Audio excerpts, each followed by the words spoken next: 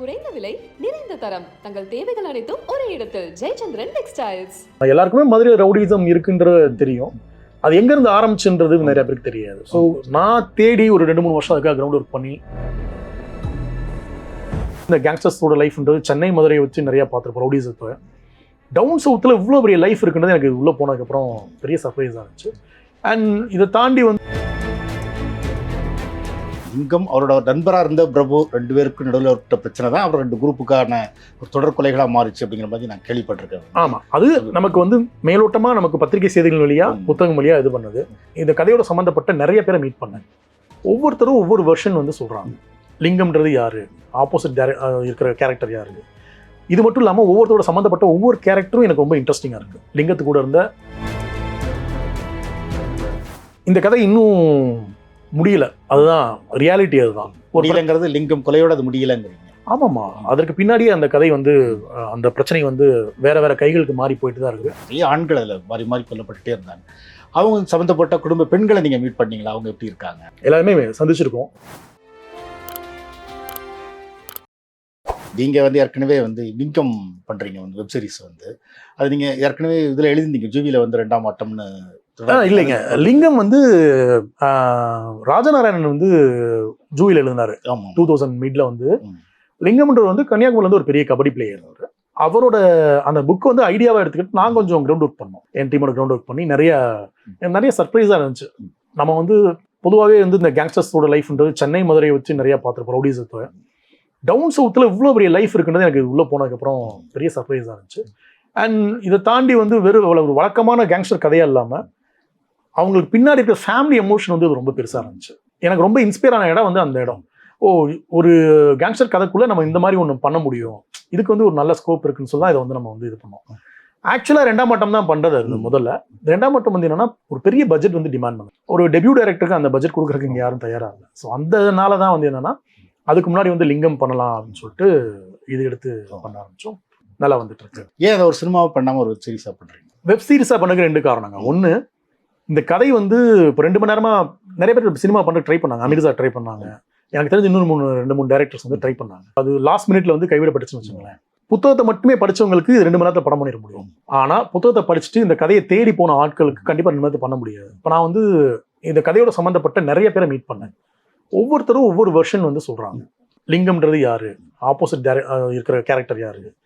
இது மட்டும் இல்லாமல் ஒவ்வொருத்தரோட சம்மந்தப்பட்ட ஒவ்வொரு கேரக்டரும் எனக்கு ரொம்ப இன்ட்ரெஸ்டிங்காக இருக்குது. லிங்கத்து கூட இருந்த இன்னார் இப்படின்னு அவங்களெல்லாம் நான் மீட் பண்ண இந்த கதை வந்து எனக்கு என்னன்னா இப்போ நம்ம 2 சீசன் அந்த கதையை பண்ண போகிறோம். 2 சீசனாக வந்து எனக்கு 10ல் இன்னொரு சீசன் பண்ணால் கூட எனக்கு வந்து தாங்குன்ற அளவுக்கு கதை இருக்குது. இப்போ நான் ஒரு நாவலிஸ்டாக இருக்கிறேன், நான் ஒரு ரைட்டராக இருக்கிறேன். எனக்கு வந்து என் கதையை வந்து என்னன்னா இன்னும் பெருசாக சொல்கிறதுக்கு தான் ரொம்ப பிடிச்சிருக்கு. 2 மணி நேரத்தில் சொன்னால் நான் மறுபடியும் ஒரு வழக்கமான ஒரு சினிமா தான் என்னால் பண்ண முடியும். நீங்கள் ஒரு கேம் ஆஃப் த்ரோன்ஸ் மாதிரியான ஒரு வெப் சீரிஸ் பார்க்குறப்போ அது ஏன் நமக்கு வந்து பெரிய எக்ஸைட்டிங் ஆகுதுன்னா, நமக்கு வந்து இப்போ எவ்வளோ கேரக்டர்ஸ் எவ்வளோ கதைகள்னு ஒன்று வருது இல்லையா, அதுதான் அந்த இதோட ரொம்ப புது விஷயம். லிங்கம் மாதிரியான ஒரு இதை எடுத்துக்கிட்டு நான் 2 மணி நேரம் சினிமாவாக இருக்க போகிறேன்னா அதுக்கு நான் தேவையில்லை. ஒரு ரைட்டர் வந்து படம் பண்ணணும் அவசியம் இல்லை. யாரோ ஒரு நார்மல் டைரக்டர் வந்து பண்ணிட்டு போகலாம். ஒரு ரைட்டராக இந்த சண்டை இதெல்லாம் தாண்டி, இந்த கேங்ஸ்டர்ஸ் இதெல்லாம் தாண்டி இதற்கு பின்னாடி இருக்கிற ஃபேமிலி எமோஷன்ஸ் இருக்கு இல்லையா, இந்த ட்ராமா வந்து எனக்கு ரொம்ப ரொம்ப வேல்யூ நினைக்கிறேன். நான் அதை விஷுவல் பண்ணுறது ஒரு ரைட்டராக என்னோட பங்கு ரொம்ப முக்கியமாக இருக்கணும்னு நினைக்கிறேன் நான். ஸோ அதனால தான் அதை வந்து நம்ம வெப் சீரிஸாக பண்ணுறோம். லிங்கம் அவரோட நண்பராக இருந்த பிரபு 2 பேருக்கு நடுவில் ஒரு பிரச்சனை தான் அவர் 2 குரூப்புக்கான ஒரு தொடர் கொலைகளாக மாறிச்சு அப்படிங்கிற மாதிரி நான் கேள்விப்பட்டிருக்கேன். ஆமாம், அது நமக்கு வந்து மேலோட்டமாக நமக்கு பத்திரிகை செய்திகள் வழியாக புத்தகம் வழியாக இது பண்ணது. எப்பயுமே வந்து என்னன்னா மனிதர்களை வந்து நீங்கள் வந்து செய்திகளின் வழியாக மட்டுமே பார்த்தீங்கன்னா செய்திகள் உங்களுக்கு வந்து ஒரே ஒரு பெர்ஸ்பெக்டிவ் மட்டும் தான் சொல்லும். மனிதர்களை சக மனிதர்கள் வழியாக நீங்கள் தேடி போய் பாருங்க, உங்களுக்கு வந்து ஒரு 1000 கதை கிடைக்கும். ஏன்னா அதோட ரொம்ப நம்புவேன். அந்த கிரவுண்டில் போயிட்டு வேலை பார்க்கறது ரொம்ப நம்புவேன். நான் ரைட்டராக இருந்தப்பையும் அப்படி தான். ஒரு நாவலுக்கோ இல்லை வந்து ஒரு கதைக்கோ வந்து புத்தகங்களின் வழியாக நான் மெட்டீரியல் கலெக்ட் பண்ணுறத விட கதை சம்மந்தப்பட்ட நான் வந்து கொமரோன்னு ஒரு நாவல் எழுதுனேன். கொமரோவில் வந்து ஒரு சின்ன போர்ஷன் வந்து கம்போடியாவோட சிவில் வார் வந்து வருது. இப்போ நான் இங்கே உட்காந்து டேட்டாஸ் வழியாக நான் எழுதியிருக்க முடியும். ஆனால் நான் வந்து ஒரு 2 தடவை கம்போடியா போனேன் அந்த போர்ஷன் எழுதுறதுக்காக. இப்போ 2 தடவை போகும்போதும் அதுக்காக வந்து சிவில் வாரில் பாதிக்கப்பட்டவங்களை பேசுனது, அப்புறம் அந்த என்ன சொல்கிறது, அந்த வார் மியூசியம்ஸ் போகிறது, இப்படி நான் களத்தில் போயிட்டு ஒன்று எடுக்கும்போது எனக்கு வந்து அது வேறு விதமான கதையும் வேறு விதமான புரிதலையும் கொடுக்குது. நான் இது ரொம்ப முக்கியம்னு நினைப்பேன் எப்பயுமே. ஒரு ஃபில்மேக்கராகவும் சரி, ரைட்டராகவும் சரி, எனக்கு வந்து வெறுமனே புத்தகங்கள் வழியாக ஒன்று அழுகிறத விட மனிதர்கள் வழியாக அழுகும்போது நிறைய கதைகள் கிடைக்கிது, நிறைய எமோஷன் கிடைக்கிது. அப்புறம் நாம வந்து லிமிட் பண்றோம் இல்லையா, நியூஸ் வந்து நம்ம லிமிட் பண்ணுது. இப்போ 2 பேருக்கு ஒரு பிரச்சனை இருந்துச்சுப்பா, அதனாலதான் அடிச்சுக்கிட்டாங்க 2 குடும்பம் சுத்தி இப்படின்றது நமக்கு வந்து லிமிட் பண்ணுது. ஆனால் மனிதன் வழியா சொல்லும்போது ஒவ்வொருத்தருக்கு பின்னாடியும் ஒவ்வொரு செயல்களுக்கு பின்னாடியும் இருந்த காரணங்கள் அது எல்லாமே வந்து ரொம்ப பிரம்மாண்டமா இருக்கு. அதை நீங்க வந்து விஷுவல் பண்ணீங்கன்னா அதுதான் புதுசா இருக்கும். லிங்கம் பத்தி வேற ஏதாவது சொல்ல விரும்புறீங்களா? லிங்கம் பொங்கலுக்கு எதிர்பார்க்குறோம், பொங்கலுக்கு ரிலீஸ் ஆகும்னு நினைக்கிறேன்.